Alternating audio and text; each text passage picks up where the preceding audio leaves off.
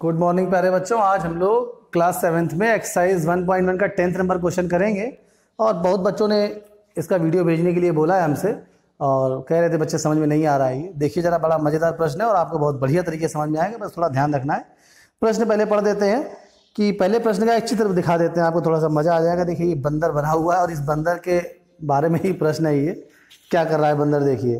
कह रहा है कि पानी के तालाब में अंदर की ओर सीढ़ियाँ हैं, एक बंदर सबसे ऊपर वाली सीढ़ी यानी पहली सीढ़ी पर बैठा हुआ है, पानी 9वीं सीढ़ी पर है। इतनी इन्फॉर्मेशन उसने दी। तो ये चित्र हमने बनाया आपके लिए। ये सीढ़ियाँ मान लीजिए पहली, दूसरी, तीसरी।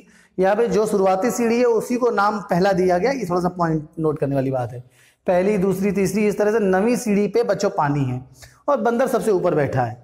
पहला भाग प्रश्न का है, कह रहा है कि एक छलांग में 3 सीढ़ी नीचे की ओर और अगली छलांग में 2 सीढ़ी ऊपर की ओर वो बंदर जाता है, तो कितनी छलांगों में वह पानी के स्तर तक पहुंच जाएगा। अर्थात पानी पीना होगा उसको, तो वो कितनी छलांगों में पानी पी लेगा। छलांग संख्या बतानी है आपको। हमने एक टेबल बनाएंगे और उसी के हिसाब से करते जाएंगे। बड़ा मजेदार प्रश्न है, देखते जाइए आप। बस जैसा कह रहा है वैसे ही करते जाना है, बंदर को कूदाना है। बंदर की खास बात यह है कि ये पहली छलांग में 3 सीढ़ी नीचे कूदता है और अगली छलांग में 2 सीढ़ी ऊपर कूदता है। तो सबसे पहले छलांग नंबर 1 यहाँ लिखेंगे और ये देखेंगे बंदर कहाँ पहुंचा। पहली छलांग में 3 यहाँ बैठा है इस जगह पे बंदर और 3 सीढ़ी उसने नीचे जंप करी, तो इसको छोड़ देंगे। 1 2 3 पहली छलांग में बच्चों को 4 नंबर सीढ़ी पे पहुंच गया। छलांग नंबर 1 में बंदर कहाँ पहुंच गया, सीढ़ी नंबर 4 में। फिर उसके बाद बंदर क्या करामात करता है, खुरापाती बंदर है। अब वो 2 छलांग ऊपर कूदेगा, तो अब 2 सीढ़ी ऊपर छलांग लगाएगा, तो 4 से वो आया सीधे जंप करके 2 ऊपर, तो 2 सीढ़ी ऊपर आया। छलांग नंबर 2 में हमें बच्चों यही पता लगाना है कि कौन सी छलांग में वो 9वीं सीढ़ी पे पहुंच जाएगा और जहां पानी पी लेगा। तो दूसरी छलांग में वो किस सीढ़ी पे पहुंचा है, देखिए 2 चित्र देखते जाइए और करते जाइए। अगली छलांग फिर वो 3 सीढ़ी नीचे, 1 2 3, मतलब वो अगली छलांग में पहुंच जाएगा 5 नंबर सीढ़ी पे। तो तीसरी छलांग में वो सीढ़ी नंबर 5 पे पहुंच गया। अगली छलांग में फिर ऊपर जाएगा 2 सीढ़ी, तो अगली छलांग में वो पहुंचेगा सीढ़ी नंबर 3 पे, मतलब चौथी छलांग में तीसरी सीढ़ी पे पहुंचा। फिर 5वीं छलांग में वो 1 2 3 सीढ़ी नीचे उतरेगा, मतलब सीढ़ी नंबर 6 पे पहुंच गया। 5वीं छलांग में देखिए सीढ़ी नंबर 6 पहुंचा। फिर छठी छलांग लगाई उसने 2 सीढ़ी ऊपर, मतलब छठी छलांग में सीढ़ी नंबर 4 पे पहुंच गया वो। उसके बाद 7वीं छलांग जब लगाएगा तो 1 2 3 नीचे उतरना है उसको, तो 7वीं सीढ़ी पे पहुंच गया। 7वीं छलांग में 7वीं सीढ़ी पे। उसके बाद 8वीं छलांग लगाई उसने, तो फिर वो 2 सीढ़ी ऊपर चढ़ा, तो 8वीं छलांग में वो पहुंचा देखिए 5वीं सीढ़ी पर। जैसा कह रहा है वैसे करते जाइए। उसके बाद छलांग नंबर 9, 9वीं छलांग में 3 सीढ़ी नीचे कूदेगा, 1 2 3, मतलब ये आ जाएगा सीढ़ी नंबर 8 पे। 9वीं छलांग में सीढ़ी नंबर 8 पे आया। उसके बाद 10वीं छलांग में 2 सीढ़ी ऊपर चढ़ेगा, मतलब 10वीं छलांग में वो पहुंच जाएगा सीढ़ी नंबर 6 पे। उसके बाद अगली 11वीं छलांग, 1 2 3, अरे वाह, 11वीं छलांग में वो सीधे सीढ़ी नंबर 9 पे आ गया है। तो हमारा उत्तर बच्चों होगा 11 छलांग। पहले भाग का उत्तर क्या आ गया, 11 छलांग। उम्मीद है चित्र से आपको समझ में आ गया होगा कि किस तरह से वो 9वीं सीढ़ी पर पहुंचा, कितनी छलांगों में। तो पहले भाग का उत्तर क्या आप लिखेंगे, सीधे 11 छलांग। पहले भाग का उत्तर ये आ गया आपके पास 11 छलांग। अच्छा, अब वो पानी पी चुका है, अब उसको ऊपर जाना है। तो ऊपर जाने में वो अलग कलाकारी कर रहा है। वो क्या कलाकारी है देखिए जरा। दूसरे भाग में कह रहा है पानी पीने के पश्चात वो वापस जाना चाहता है। इस कार्य के लिए वह एक छलांग में 4 सीढ़ी ऊपर की ओर और अगली छलांग में 2 सीढ़ी नीचे की ओर जाता है। कितनी छलांगों में वह सबसे ऊपर वाली सीढ़ी पर पहुंच जाएगा, मतलब पहली सीढ़ी पर। उसके लिए अलग चित्र बनाया हमने। अब कह रहा है कि एक छलांग में 4 सीढ़ी ऊपर और अगली छलांग में 2 सीढ़ी नीचे जाता है वो। तो यहां पर भी वही छलांग संख्या, इसको हम बिगाड़े दे रहे हैं बच्चों, इसको आप नोट कर लीजिएगा। यही कॉलम इधर बना लीजिएगा, जगह थोड़ी सी कम है और इसमें आप इसको वीडियो पॉज करके पहले इतना नोट कर लीजिएगा, फिर आगे बढ़िएगा। चलिए, तो इसको हम हटा देते हैं अगला नोट करने के लिए इसमें कॉलम। चलिए, अब वो 9वीं सीढ़ी पर बैठा है बच्चों यहां पर। अब कह रहा है पहली छलांग में 4 सीढ़ी ऊपर, तो 1 2 3 4 मतलब 9 से कूदा वो पहली छलांग में 5वीं सीढ़ी पे पहुंच गया सीधे। तो छलांग नंबर 1 में वो पहुंचा सीढ़ी नंबर 5 पे, अगली छलांग में वो क्या करता है, 2 सीढ़ी नीचे कूदता है। तो अब की बार 2 सीढ़ी नीचे मतलब 5 से 2 नीचे, ये पहुंच गया 7 पे। छलांग नंबर 2 पे वो सीढ़ी नंबर 7 पे पहुंचा। अब उसको कौन सी सीढ़ी पे पहुंचना है बच्चों, सीढ़ी नंबर 1 पे, बस 1 पे रुक जाएगा वो। अगली छलांग मतलब छलांग नंबर 3, देखिए जरा, छलांग नंबर 3 में वो 4 सीढ़ी ऊपर कूदेगा, 1 2 3 4, मतलब 3 नंबर सीढ़ी पे पहुंच जाएगा वो। तो छलांग नंबर 3 पे वो सीढ़ी नंबर 3 पे पहुंच गया। उसके बाद चौथी छलांग मारेगा तो 2 सीढ़ी नीचे उतरेगा, 1 2, तो चौथी छलांग में 5वीं सीढ़ी पे पहुंचा। चौथी के बाद 5वीं छलांग, 4 सीढ़ी ऊपर जाना है, 1 2 3 4, अरे वाह, 5वीं छलांग में ये पहली सीढ़ी पर पहुंच गया है, बस अब यहीं जाके रुक जाएगा।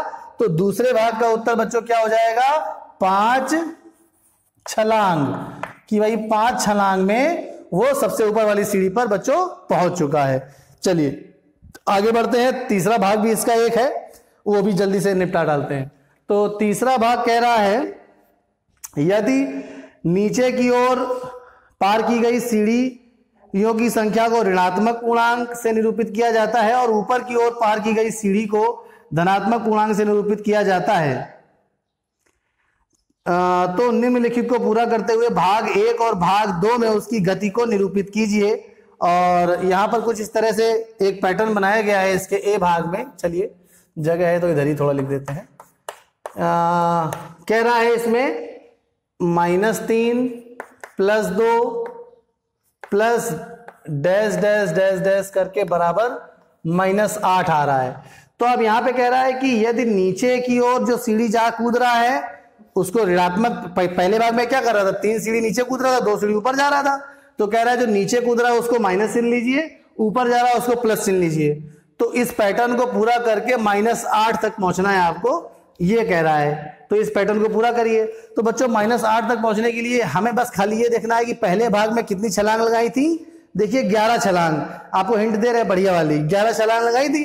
तो बस इस पैटर्न को 11 बार लिख दीजिए, 2 बार तो लिखा ही हुआ है ये। तो इसका उत्तर क्या लिखेंगे, इसका उत्तर देखिएगा, अभी 11 बार लिखने से इसका योग -8 आ ही जाएगा। देखिए कैसे आएगा, यहां पर -3 + 2, उसके बाद -3 + 2, -3 + 2, -3 + 2, ऐसे हमें 11 बार तक लिखना है। 1 2 3 4 5 6 7 8 बार हो चुका है। -3 + 2, -3, अब देख लीजिए कितने बार हो गया है, जरा -3 तक आ रहा है। हाँ, 1 2 3 4 5 6 7 8 9 10 11, बस यही हमारा उत्तर कंप्लीट हो गया बच्चों। अब हम इसको जब जोड़ेंगे तो डेफिनेटली बच्चों क्या आ जाएगा, आप देखिएगा -8। चलिए चेक योर आंसर भी करके दिखा देते हैं, आपको उत्तर की जांच कर लेते हैं कि ये जो पैटर्न बना है वो सही है भी कि नहीं। तो उत्तर की जांच जरा कर ली जाए। कैसे करेंगे, इनको जोड़ दीजिए। देखिए पहले देखिए ऋण के 3 कितने बार आए हैं, लगातार जोड़ने को गुणा करना कहते हैं। तो जितने बार 3 आएगा उतने ही में ऋण 3 का गुणा कर देंगे, आ जाएगा उसका योग। 1 2 3 4 5 6, 6 बार ऋण 3 आया है, तो 6 बार 3 को जोड़ेंगे, 6 3 18, यानी ऋण का 18 आ गया। उसके बाद 2 देख लीजिए कितने बार आया प्लस वाला, 1 2 3 4 5 बार, यानी धन का 10 हो गया। और ऋण का 18 धन का 10 जब हल करेंगे तो बच्चों ऋण का 8 आ जाएगा, और देखिए -8 आ गया। अगला भाग इसका कह रहा है, एक पैटर्न और बना है बी में, +4 -2, बिल्कुल इसी प्रकार से। तो अब कह रहा है, इसने पहले ही बोला था नीचे की ओर पार की गई सीढ़ियों को ऋणात्मक संख्या से और ऊपर की ओर धनात्मक संख्या से। अब की बार ऊपर की ओर कूदा था तो 4 सीढ़ी ऊपर, तो 4 को धनात्मक लिया है। तो इसके बी नंबर पार्ट में पहले +4 लिखा हुआ है, उसके बाद नीचे गया था 2 सीढ़ी तो -2 लिखा हुआ है, प्लस ऐसे पैटर्न पूरा करके +8 लाना है। तो अब देखिए जरा बच्चों +8 कैसे आएगा, बस हमें ध्यान रखना है। इसमें भी उसी प्रकार से छलांग कितनी लगाई थी, 5 छलांग। देखिएगा 5 बार में +8 आ जाएगा। इसी पैटर्न को बस 5 बार लिख देंगे। तो इसका भी उत्तर इसी तरह से लिखते हैं।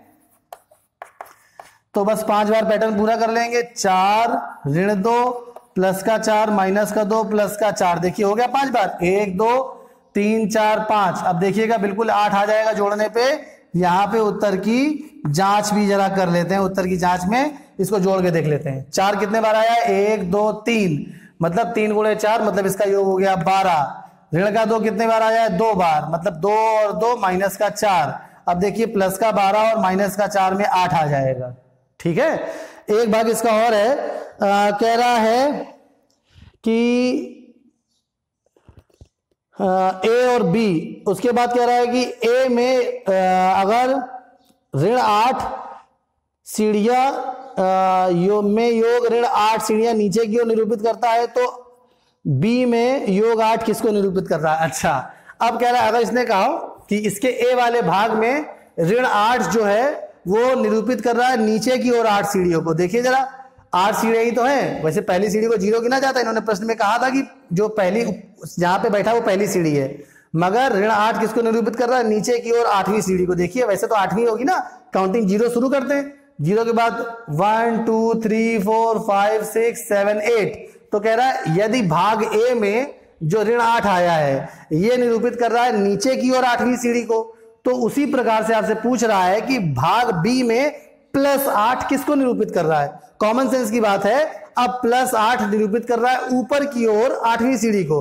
अब यहां से गिनेंगे 1 2 3 4 5 6 7 8। देखिए ये सीढ़ी जो है नीचे से ऊपर चलने पे ये सीढ़ी 8वीं सीढ़ी है, तो इसका उत्तर लिख देंगे सी नंबर का, ऊपर की ओर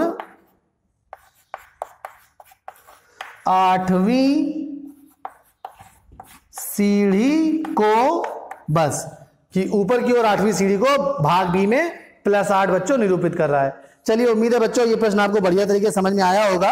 तो गृहकार में ये प्रश्नावली आप कर लीजिएगा। अगले वीडियो में अब लगातार हम लोग बढ़िया तरीके से पढ़ाई करेंगे और अगले वीडियो में जो पूर्णांकों में योग और घटाने के कुछ गुण हैं उनका अध्ययन करेंगे। चलिए बच्चों, धन्यवाद।